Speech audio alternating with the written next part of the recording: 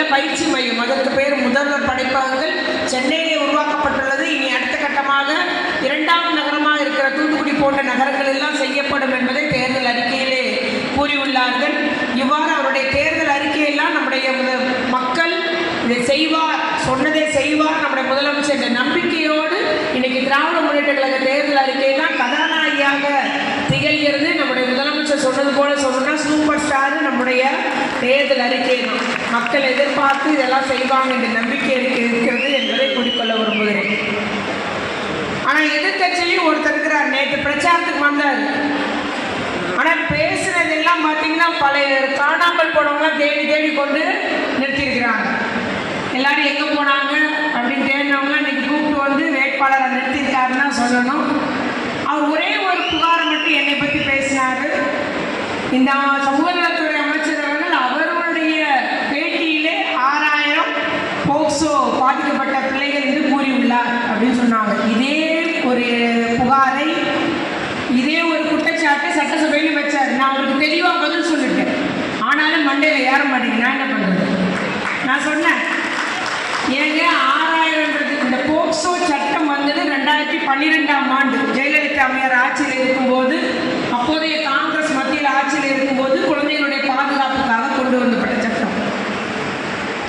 இதில் தீர்ப்பு, நீதிமன்றத்தில் தீர்ப்பு வழங்கிய உடனே அந்த பிள்ளைகளுக்கு, பாதிக்கப்பட்ட பிள்ளைங்களுக்கு இழப்பீட்டு நிதி வழங்க வேண்டியது சமூக நலத்துடைய கடமை. அந்த பணி சமூக நலத்துறை ஏற்றுக்கொண்டு செய்கிறது. அப்போ நம்ம ஆட்சிக்கு 2021க்கு வரும்போது இவருடைய இந்த எடப்பாடி ஆட்சியோட அமலநிலை நல்லா கேளுங்க. அந்த சட்டம் அவங்களுக்கு வந்துட்டு இழப்பீட்டு நிதிக்கு 1 கோடி ரூபாய் ஒதுக்கி வச்சிருந்தாரு. ஆனால் ஒரு பிள்ளைக்கு கூட கொடுக்கல. ஒரு பிள்ளை, பாதிக்கப்பட்ட பிள்ளைக்கு கூட நீதிமன்ற தீர்ப்பு வந்த பிறகு அந்த நிதியை கொடுக்கல, அப்படியே கிடந்தது. முதலமைச்சர் வந்தப்புறம் அதுக்கு SOP போட்டு நடைமுறை என்னென்ன மாதிரி நடைமுறைப்படுத்தணுன்ற டீட்டெயிலாம் கொடுத்து எல்லா தீர்ப்பையும் என்னென்ன எல்லா போலீஸ் ஸ்டேஷன் வாரியாக தீர்ப்பெல்லாம் எடுத்து வச்சு அவ்வளோ பிள்ளைங்களையும் கண்டறிந்து இழப்பீட்டு நிதியும் கொடுத்தோம். அப்படி கொடுத்தது 2012லேருந்து இது வரைக்கும் 6000 ஒரு பேட்டியில் சொன்னேன். உன்னை எடுத்துக்கிட்டாரு, உங்கள் ஆட்சியில் 6000 அப்படி சொல்லாதீங்க. அந்த அம்மா ஜெயலலிதாவாக இருக்கும்போதும் அதுதான், நீங்கள் ஆட்சியில் இருக்கும்போது எல்லாம் சேர்த்து நாங்கள் தான் வந்து கிட்டத்தட்ட 200 கோடி ரூபாய் இழப்பீட்டு நிதி கொடுத்துருக்கோம். அதுதான் நான் சொன்னேன். இருந்தாலும் அதை தான் இன்னைக்கு கோழிப்பட்டியில் பேசிட்டு போயிருக்காரு. ஆகவே 2012லேருந்து இன்ன வரைக்கும் உள்ளது தான் அந்த போக்சோ சட்டத்தினால வழக்கு பதியப்பட்டு நீதிமன்ற தீர்ப்பு கொடுத்த இழப்பீட்டு நிதி என்பதை நான் மீண்டும் இங்கே ஆணித்தரமாக கூறுறேன். அந்த ஆகவே 2012 கிட்டத்தட்ட 12 வருஷத்துக்குரிய 16 வருஷத்துக்குரிய அந்த சட்டம் அமல்படுத்துவதனுடைய பலன் அப்படின்றத மீண்டும் சொல்கிறேன். அதை ஒரு துறையில் உள்ள குற்றச்சாட்டை அவர் சொல்கிறாரு. அதெல்லாம் ஒன்றும் கிடையாது, உண்மை இல்லை. நம்முடைய சட்டத்தை, நம்முடைய முதலமைச்சருடைய சட்டங்களை, திட்டங்களை எந்த அளவுக்கு வளர்ச்சி ஏற்பட்டுள்ளது, எப்படிலாம் செயல்படுத்தினா நம்ம சொல்லிட்டு இருக்க நேரமே போதாது. அதனால தான் இப்படி ஒட்டுமொத்த வளர்ச்சி, எல்லா துறைகளிலும் வளர்ச்சி என்பது ஏற்பட்டிருக்குது. பெண்கள் வாழ்வாதாரம் வேண்டியிருக்கு, வறுமை கோட்டு பட்டியலில் கீழே உள்ளவங்க எண்ணிக்கை குறைஞ்சிருக்கு. தனிநபர் வருமானம் 1.25 லட்சத்துலேருந்து இன்னைக்கு 3 லட்சம். இது நாங்கள் சொல்லலை, ஒன்றிய அரசுடைய புள்ளியியல் விவரம் சொல்லுது. ஜவுளித்துறையில் நம்ம தான் முதல்வர், மின்னணு பொருள் ஏற்றுமதியில் நம்ம தான் முதல்வர், சூரிய ஒளி மின்சார உற்பத்தியில் நம்ம 2வது இடம். ஆனால் அவர்கள் எதையோ சொல்லிட்டு போகிறாங்க, அதை பற்றி நம்ம பேச வேண்டிய தேவையில்லை என்பது மட்டும் இங்கு கூறிக்கொண்டு, அதனால் நிச்சயமாக நம்முடைய முதலமைச்சர் அவர்கள் சொன்னது போல இந்த வருகின்ற தேர்தலில் 234க்கு 200 தொகுதிக்கு மேலே வெற்றி பெறுவோம்னு சொன்னார் முதலமைச்சர். அது உறுதியாக 200க்கு மேலே சீட் பிடிக்கும். அதில் தூத்துக்குடியை வெற்றி பெறுவது உறுதி என்பதை நான் கூறிக்கொள்ள விரும்புகிறேன். முதலமைச்சர் மாவட்ட கழக செயலாளர் கூட்டத்தில் சொன்னார், நான் ஏன் சொல்கிறேன்னு சொல்லிட்டு செயல் வீரர்கிட்ட போய் பேசுங்க. இங்கே எல்லா கூட்டணி கட்சியோட செயல் வீரர் வந்திருக்கிறாங்க.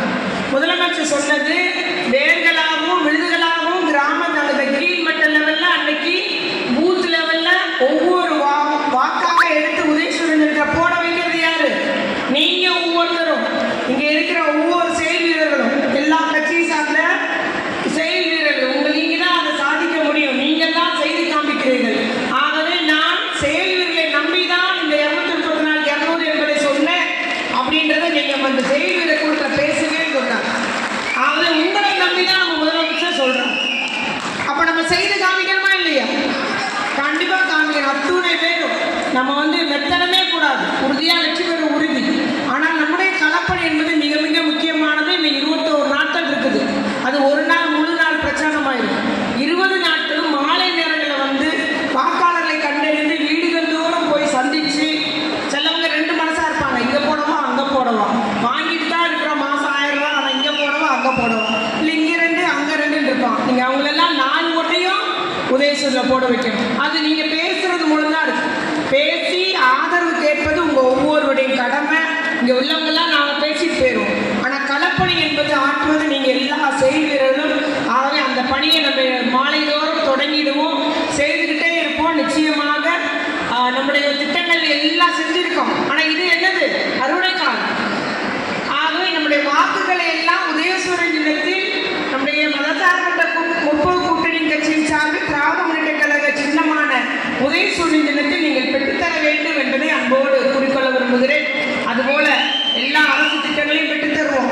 இனி எல்லா வார்டுகளும் மழைநீர் கட்டாத நிலையை உருவாக்கிட்டோம். 4 வார்டுகள் இருக்குது, 15, 16, 17, 18. இந்த வார்டுகளில் மட்டும் நம்ம வருங்காலங்களில் நிச்சயமாக அதையும் சரி செய்து விடுவோம் என்ற உத்தரவாதத்தை சொல்ல விரும்புகிறேன். அதுபோல மல்டி லெவல் லாஜிஸ்டிக்ஸ் பார்க் ஒன்று நம்ம திட்டமிட்டுள்ளோம். அது தொடர்ச்சியாக முறையாக அதை செயல்படுத்தி நம்முடைய நகர முன்னேற்றத்திற்கு அதை செயல்படுத்திடுவோம். அதுபோல் நம்முடைய மாநகரத்தை பிற சாலைகளோடு நகாய் போன்ற பெரிய ஹார்பர் ரோடு, இல்லை திருநெல்வேலி ரோடு, மதுரை ரோடு இணைக்கிற அளவுக்கு எல்லா அந்த சாலைகள், இணைப்பு சாலைகள், அதுபோல் மேம்பாலங்கள், ரயில்வே மேம்பாடுகள்லாம் அமைத்து தருவோம் என்பதை கூறிக்கொண்டு இதெல்லாம் செய்து தந்திட நீங்கள் வாக்குகளை பெற்றுத்தர வேண்டும். நீங்கள் ஒரு எதிர்கட்சி வேட்பாளர் நிற்கிறார், அதிமுக எடப்பாடியை தேடி பிடிச்சி கூப்பிட்டு வந்திருக்காரு பாருங்க. அவரு 2017 அந்த துப்பாக்கி சூடு நடக்கும் போது எங்க போயிருந்தாரு? எங்க போனார் தெரியல. சரி, நீங்க கொரோனா காலத்துல எங்க இருந்தீங்க? இங்க தானே குடியிருந்தீங்க, எங்க போனீங்க? தெரியாது. 2023 பெருவெள்ளம், அப்ப எங்க போனீங்க? 2024, 25 சிறு மழை, அப்பவும் சில இடங்களில் மக்கள் கஷ்டப்படுறாங்க, எங்க போனீங்க? அவை காணாம போன பட்டியல் இருந்தோட தேடி பிடிச்சி எடப்பாடி வந்து விட்டுருக்காரு. மக்களுக்காக வேலை செய்வது கிடையாது. தேர்தல் நேரம் மட்டுமே களத்துக்கு வருவது தான் அதிமுக, பாஜக. அதை மக்களிடையே நாம் தெளிவாக எடுத்து கூற வேண்டும். அதுபோல இன்னொரு கட்சியில ஒரு வேட்பாளர் வந்து இறக்குமதி வேட்பாளர். ஏன் உள்ளூர்ல உங்களுக்கு வேட்பாளரே கிடைக்கலையா? ஒரு வருஷமா வேலை செஞ்ச தொண்டர் கூட இறக்குமதி வேட்பாளர் கொண்டு விட்டுருக்காங்க. அவருக்கு மக்களோட எந்த திசையில் இருக்குன்னு தெரியுமா? இல்லை மக்களுடைய பிரச்சனை என்னன்னு தெரியுமா? தூத்துக்குடி மக்கள் வாழ்வாதாரம் என்னன்னு தெரியுமா? எங்க மழை நேரம் தண்ணி கட்டுன்றது ஒண்ணுமே தெரியாத ஒரு இறக்குமதி வேட்பாளர் கொண்டு விட்டுருக்காங்க அந்த கட்சியில.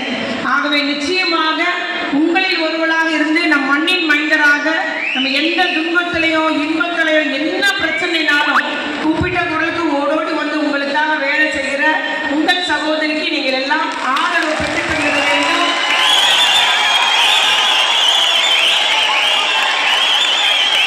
உதயசூரன் தினத்தில் வாக்குகளை பெற்று தாருங்கள் என்று உங்களை எல்லாம் அன்போடு பண்போடு கேட்டுக்கொள்கிறேன். மறவாட்டி உதவி செய்வோம், களப்பணியை தொடங்குவோம், வெற்றி பெறுவோம். நன்றி, வணக்கம்.